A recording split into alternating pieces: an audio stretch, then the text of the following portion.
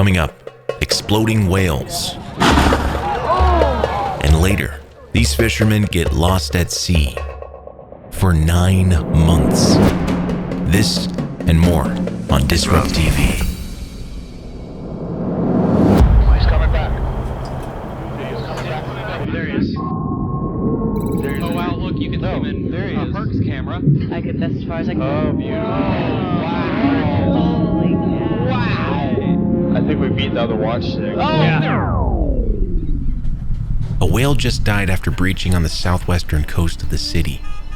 And immediately, the local workers spring into action to try to move the carcass. But they aren't trying to move it back into the water. A professor at the local university asks that the whale be brought to him to perform an autopsy to determine what killed it. He wants to find out whether it's a one-off occurrence or if it's something in the water. So they get to work. There's more than 50 workers and 3 large cranes trying to move this thing.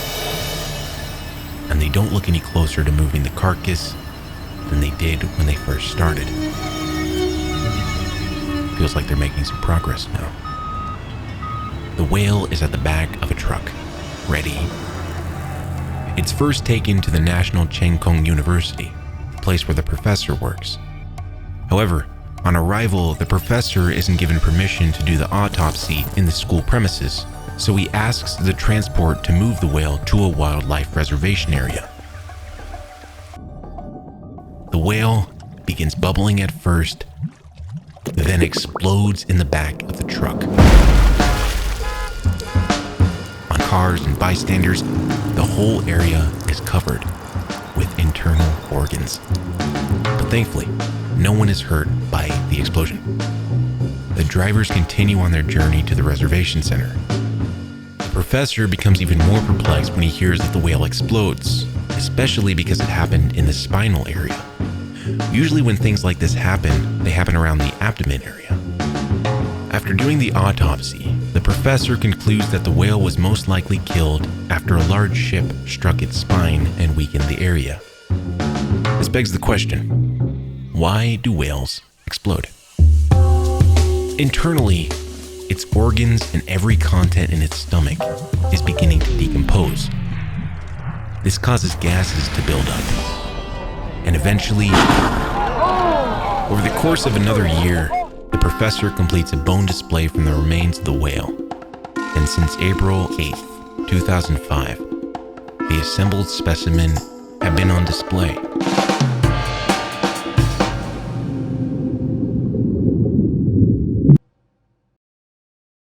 Hey there, Disrupt TV viewer. Thanks for signing up to Whale Facts.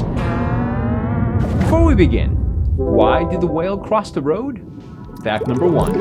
Most whales have 3 to 4 stomachs, but Berardius bairdi, or more commonly called Baird's whale, has a total of 13 stomachs. Yes, you heard that one correctly. 13 stomachs.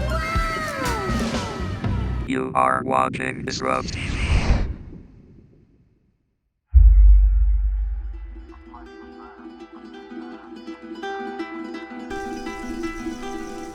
It's an early October morning in a small port town located along Mexico's southern Pacific coast. Commanding the vessel is Juan David Lorenzo. He's come to San Blas with a single objective in mind: shark hunting. If he is successful in this endeavor, a lucrative catch could be worth an estimated 600 Mexican pesos per pound. Assisting him are 3 fishermen with expertise in the field of hunting these leviathans: Salvador, Lucio, and Jesus. Accompanying them is Lorenzo's friend, a silent man known only as El Farso. Having told no one of their expedition, they fill the boat with gasoline and make their way across the dark sea.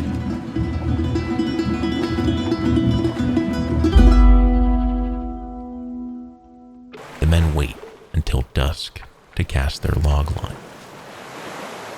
Nightfall comes. Strong gusts of wind rock the boat, and the men realize their line has been disconnected. Dusk turns to dawn, and Lorenzo frantically drives the boat in circles in hopes of recovering the item. Salvador pleads with the man to cut their losses and stop the search, informing him that while they no longer have enough fuel to make it back to San Blas, they can still safely return by hitching a tow along the way. The concerns fall on deaf ears, and the search continues into the afternoon. The fuel supply further dwindles. It becomes apparent to all that there isn't enough to take them even to the nearest island. They see a boat in the distance, use their last fuel to drive towards it.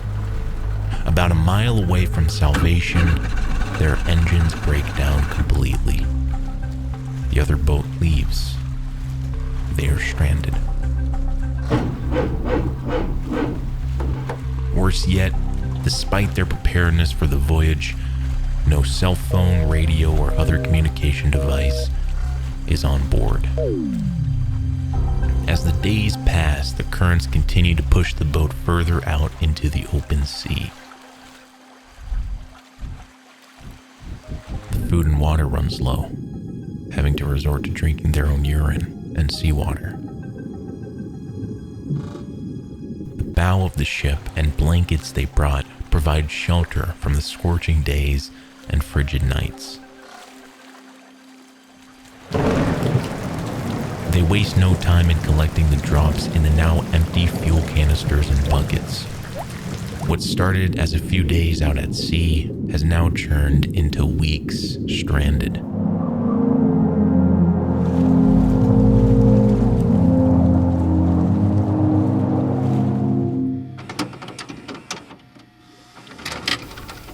It had to be said, the Oregon State Highway Division not only had a whale of a problem on its hands, it had a stinking whale of a problem.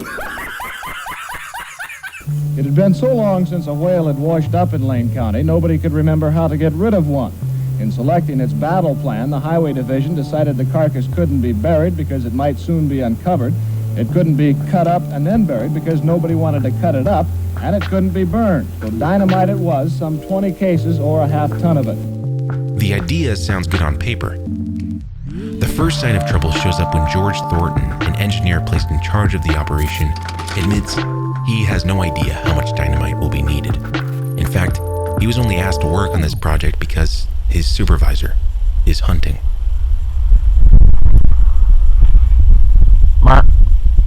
He decides to go with 992 pounds of explosives. A military vet who had years of explosive training catches wind of the plan. Warns them 992 pounds is way too much. 8.4 is more like it. But all of his warnings fall on deaf ears, and in 45 minutes, the explosives will be detonated.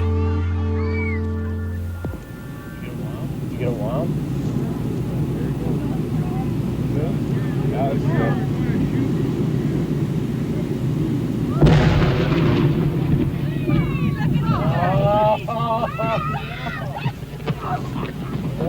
The explosion is so great that large pieces of whale blubber are sent flying all over the place.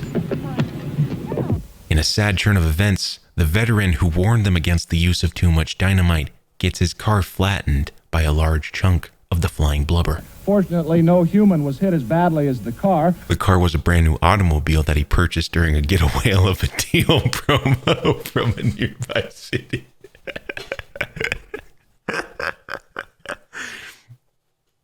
The car was a brand new automobile. I can't even read this line, dude. Funny enough, these aren't the only two examples of exploding whales throughout human history. Two entrepreneurs, Harold and Hutton, accidentally exploded a whale carcass while trying to preserve it for a sideshow. Basically, an embalmer was hired, but he misjudged the chemical balance in the embalming process. There was also a whale that breached in the UK on the Lincolnshire coast. A marine biologist was cutting it open while trying to perform an autopsy. Huge buildup of gases. However, there's one example where someone actually saw this coming. In the Faroe Islands in 2013, instead of just cutting directly into the skin, they perforated the skin by creating tiny holes in multiple places. and the pressure inside.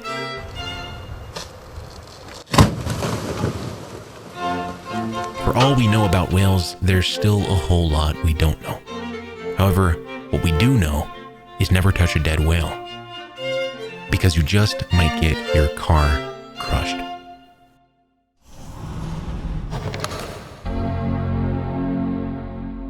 Wow, what a glorious view. Truly splendid. Hey, quick question. Can I interest you in a fresh advertisement? It would be about Disrupt patrons. For $5 a month, support the channel. Get extra shows, videos, and podcasts. Plus, every month patrons get a random game on Steam. Wow, this video game title. My favorite. Anyways, I've taken enough of your time. Enjoy the view.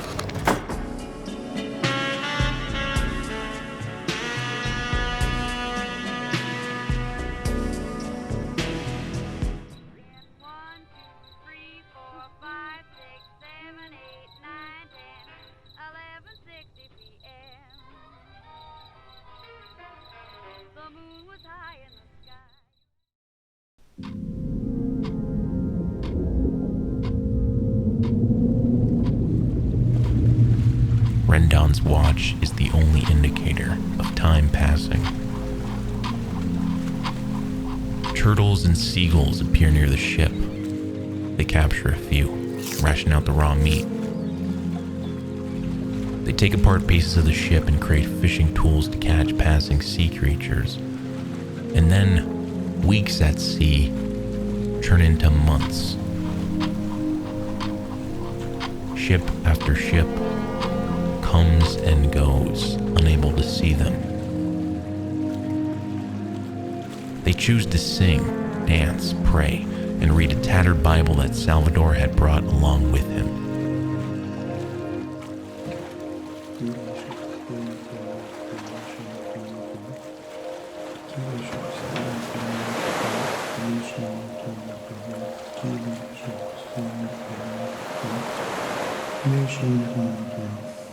After having not eaten well for 6 weeks, Juan falls gravely ill.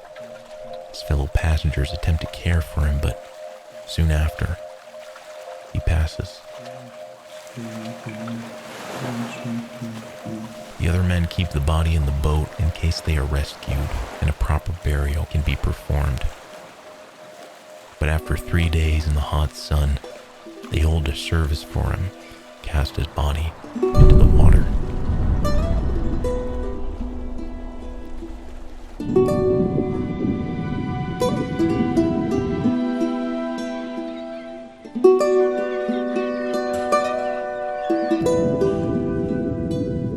A month goes by, and El Fercero meets the same fate in sleep.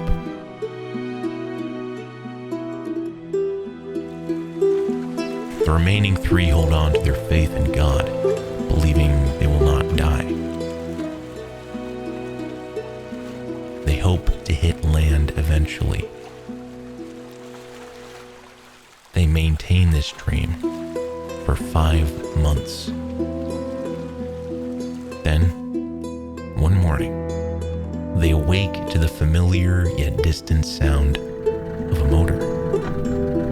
The Taiwanese tuna carrier had set sail on a fishing trip 320 kilometers away where the stragglers now float. The captain alerts the government officials, but they are quickly dismissed because of a preposterous claim of being stuck at sea for 9 months.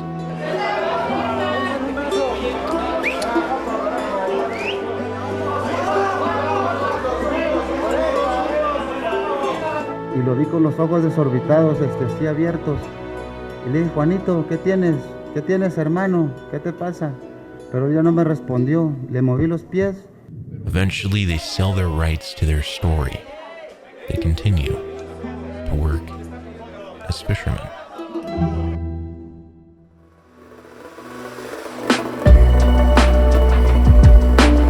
that's all for this episode of Whale Facts. And remember, the whale crossed the road to get to the other tide.